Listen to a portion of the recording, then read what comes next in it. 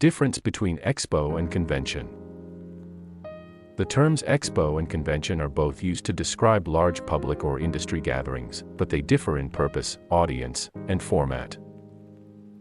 An expo, short for exposition or exhibition, is usually a public event focused on showcasing products, innovations, or services. It is often industry-specific and involves companies displaying their latest offerings to customers, investors, or media. For example, a technology expo might feature new gadgets, software, and tech demonstrations. A convention, on the other hand, is typically a gathering of people who share a common interest or profession. Conventions often include panels, workshops, discussions, and networking opportunities. For example, a comic convention brings together fans, creators, and industry insiders to celebrate comic books, movies, and pop culture.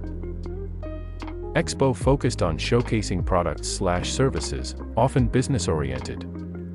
Convention focused on community, discussion, and shared interests. Both events can overlap, but expos are more about display, while conventions emphasize connection and collaboration.